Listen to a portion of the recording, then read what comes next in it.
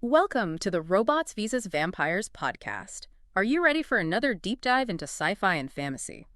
We're going to explore some unexpected tales of good versus evil. This week, you guys brought us some really interesting material. So we're going to unpack two very different stories for you. Each one kind of looks at secrets and power and what can happen when ambition, takes some pretty unexpected turns. Yeah, we've got a great contrast lined up for you today. The first story takes us deep down into the ocean to discover a hidden civilization. Oh, And cool. then the second one surfaces and brings us back to the present day to explore, the echoes of a very famous scientific legacy, maybe even infamous. Ooh. And both of them, as you'll hear, raise some pretty thought-provoking questions about what happens when we stumble upon the unknown, or when we try to reshape the very fabric of life itself. Ooh, I like that. Okay, well, let's dive right in, literally, to our first story, Heart of the Abyss. Now, forget everything you think you know about Captain Nemo and Atlantis, because the Atlantis in this story, it's not a crumbling ruin. No, sir, this is a thriving, secret city. It shimmers with these bioluminescent spires, and get this, it's patrolled by warriors riding these graceful, manta ray-like steeds. I love that twist on Atlantis. Instead of, a lost city swallowed by the sea, we have this hidden civilization that's active and vibrant and, deliberately concealed. And the detail about the bioluminescent spires is so cool. It makes you wonder, what kind of energy source are they using down there? What does their knowledge of biology let them do that we can only imagine? It's amazing, right? And into this secret world comes Captain Nemo on board the Nautilus. Now, what's interesting is that Nemo wasn't even looking for Atlantis. Go. Yeah.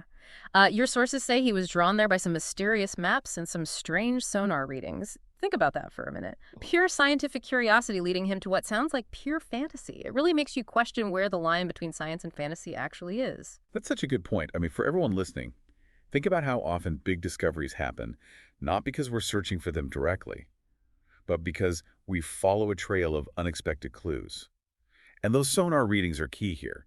You can think of sonar as using sound waves to create an underwater picture. So unusual readings would definitely stand out to a seasoned explorer like Nemo. They'd suggest something out of the ordinary down there, right? Structures or anomalies that don't fit the natural landscape. Exactly. So Nemo arrives, unexpected guest alert, and naturally this leads to a pretty tense first encounter. He meets Princess Mara, the leader of Atlantis, and she's described as this formidable figure in shimmering armor, definitely not your typical mythical princess. And of course, she's wary of this surface dweller who's suddenly shown up in their hidden world. Of course. I mean, her initial reaction really shows you how important their isolation and security is to them. They've been keeping the surface world at bay for centuries. And when she basically tells Nemo to leave or face the consequences, it makes you think about what kind of past experiences might have led them to be so guarded. Yeah, you gotta wonder about their history. But Nemo, ever the pragmatist, doesn't back down. He proposes an alliance and warns Mara about enemies on the surface. He specifically mentions Admiral Laurent, someone from Nemo's past, who Nemo believes would exploit Atlantis without mercy if they ever found it. So he's basically saying, look, we may be strangers, but there are bigger threats out there that neither of us can handle alone. Right. And Mara's initial skepticism makes sense. They've been successfully defending themselves for ages. They clearly have their ways of staying hidden and safe. But what Nemo's saying introduces this whole new element. Like, the surface world, as he puts it, is evolving. Its technology is advancing in ways that could eventually break through Atlantis's defenses. And that's a challenge Mara's never had to deal with before. And as if on cue, Nemo's warnings prove to be true, because suddenly Laurent's submarines appear. Their propellers are picked up on Atlantean communication systems.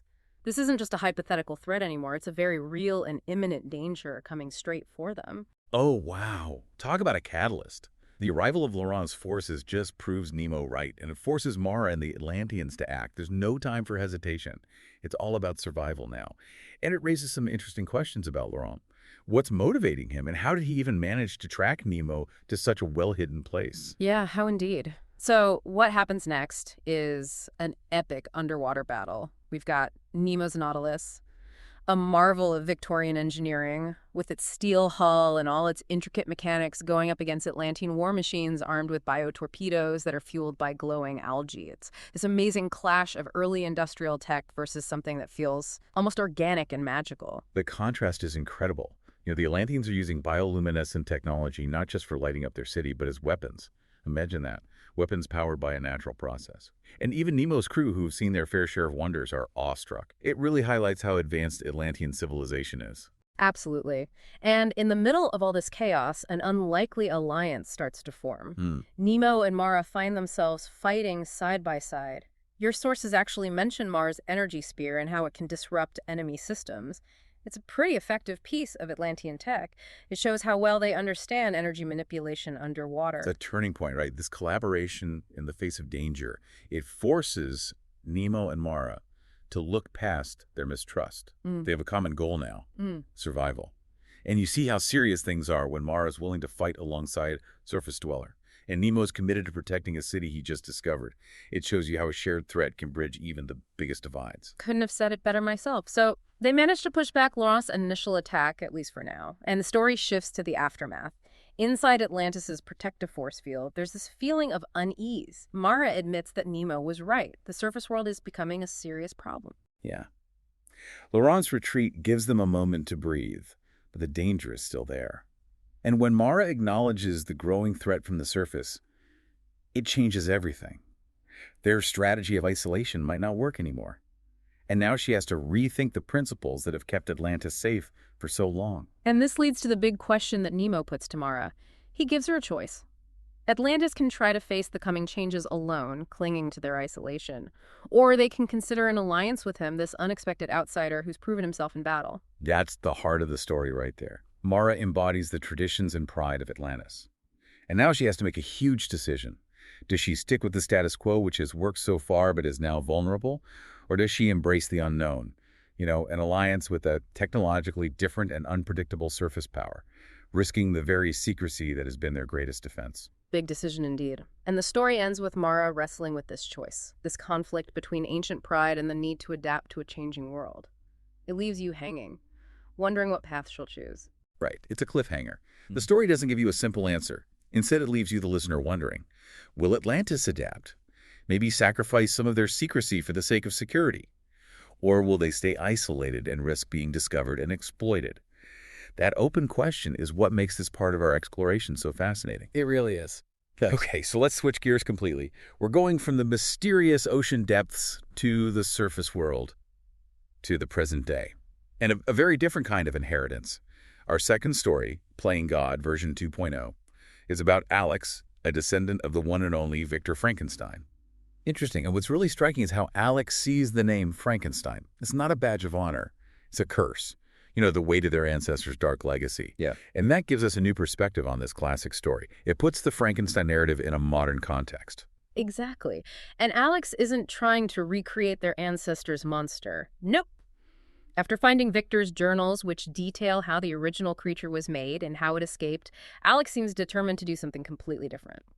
They're a bioengineering student focused on healing, regenerative medicine. They want to use biology to repair, not to create some horrifying monster. I see. So it's about redemption, using their ancestors' knowledge for good, to heal instead of destroy. It makes you think about how family history can shape our choices. It really does. But as we all know, even with the best intentions, things can go wrong. Alex is working with their AI-obsessed roommate, Izzy, in a borrowed lab, which already sounds like trouble waiting to happen. And they develop this incredible microbe. It can regenerate incredibly fast, and it has the potential to revolutionize medicine by repairing serious biological damage. So it's a huge scientific breakthrough, just like Victor Frankenstein's work, but aimed at helping people. And the fact that they're working with AI adds an interesting layer to it. It shows how modern technology could enhance biological discoveries that are rooted in the past. Right. And here's where things get really interesting. Alex's creation accidentally escapes into the city's sewer system. So suddenly the story changes. We go from the promise of medical breakthroughs to this classic sci-fi scenario. The experiment that gets loose and starts evolving on its own. Oh, no. And the sewer system is the perfect breeding ground for unexpected evolution. It's this uncontrolled environment. So the microbe starts adapting and changing in unpredictable and dangerous ways. It becomes this bioluminescent blob with tendrils. And it really highlights the risks of working with living things.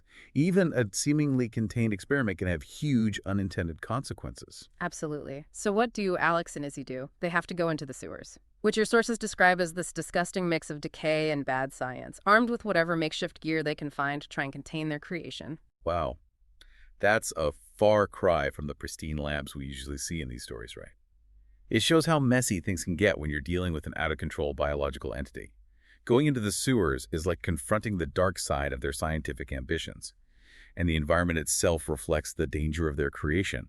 They see it evolving. They notice these crude teeth forming, and they can still see traces of Alex's original code within it.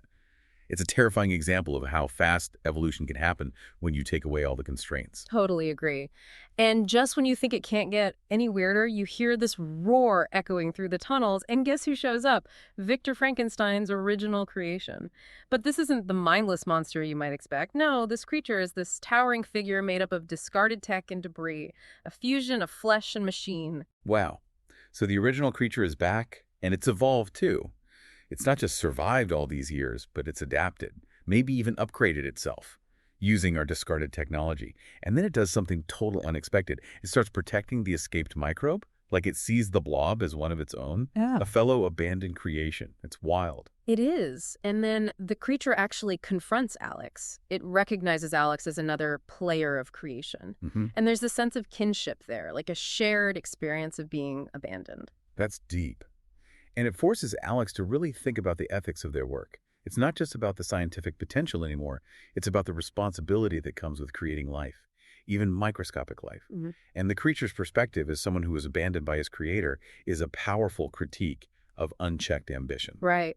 It makes you think, and the story ends with Alex realizing that maybe destroying the blob isn't the answer. They start thinking about containing it, guiding it, maybe even with the help of the original creature acting as a protector. It's a huge shift in their thinking. It definitely goes against the classic destroy the monster trope.